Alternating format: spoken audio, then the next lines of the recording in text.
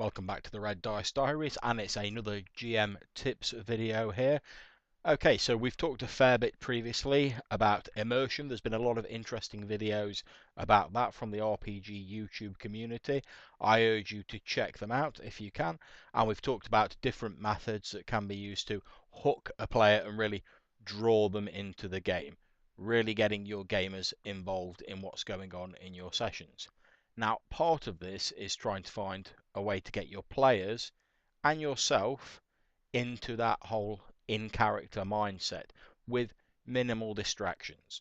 You want a nice flowing narrative rather than something that's chippy and choppy, interrupted by a lot of out-of-character interactions and issues. Now, one of the simplest ways to do this that I've found is to try and use in-character names and terminology as much as possible during the session while minimizing the rules talk. As a GM, referring to the players using the character names helps to encourage them to do likewise and reinforces that IC mindset, whereas rules talk and chatter, which is very much OOC, since it deals with the out-of-game mechanics, can detract from this or they can break the atmosphere in a game. That's not to say a conversation about the rules can't be enjoyable, if that's your thing. However, such things are normally better placed outside the main body of a session where you really want to just be cracking on with enjoying the unfolding narrative rather than debating the pros and cons and the ins and outs of various different rules. When I'm GMing a game personally, I attempt to use IC names as much as possible. After all, the players in games tend to take their behavioural cues from the GM. If the GM is laughing and joking all the time and constantly dropping out of character, then the players will assume that that sort of behaviour is okay and is the standard for that game. Whereas if the games master is trying to keep it IC and in character as much as possible, the players will naturally tend to do the same and follow suit.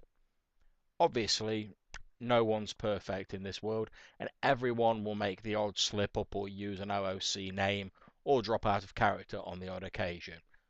That's fine, it's completely normal, and having watched through my recent Google Plus session of our Serpent's Fall game, there are some points where I do this myself.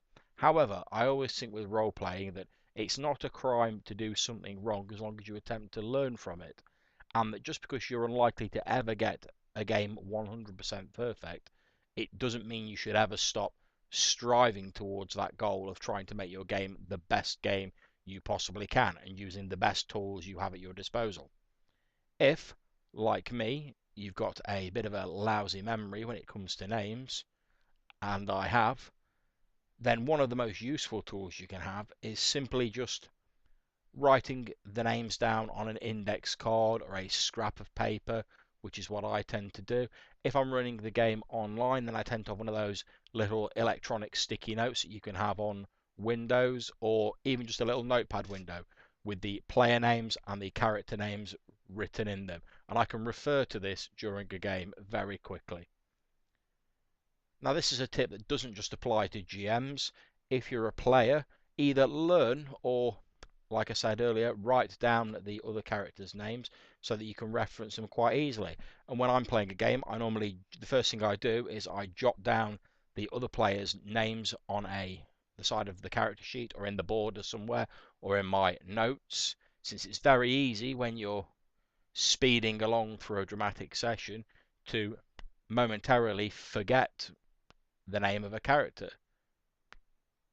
And nothing's more easy than just having a quick glance at your character sheet or your notes and just reeling off that name with minimal break to the flow of the narrative. Now, bear in mind, after all, these are the people that your character is going to battle with, they're going to mourn with, they're going to live with, they're going to adventure with, and perhaps they're even going to die next to. So, shouldn't you at least make some effort to try and remember or reference their names, IC? And when you're playing a game, it's expected that the games master will come up with names for certainly all the more significant places, items, NPCs, etc., rather than just referring to them as generic town or peasant or village or whatever.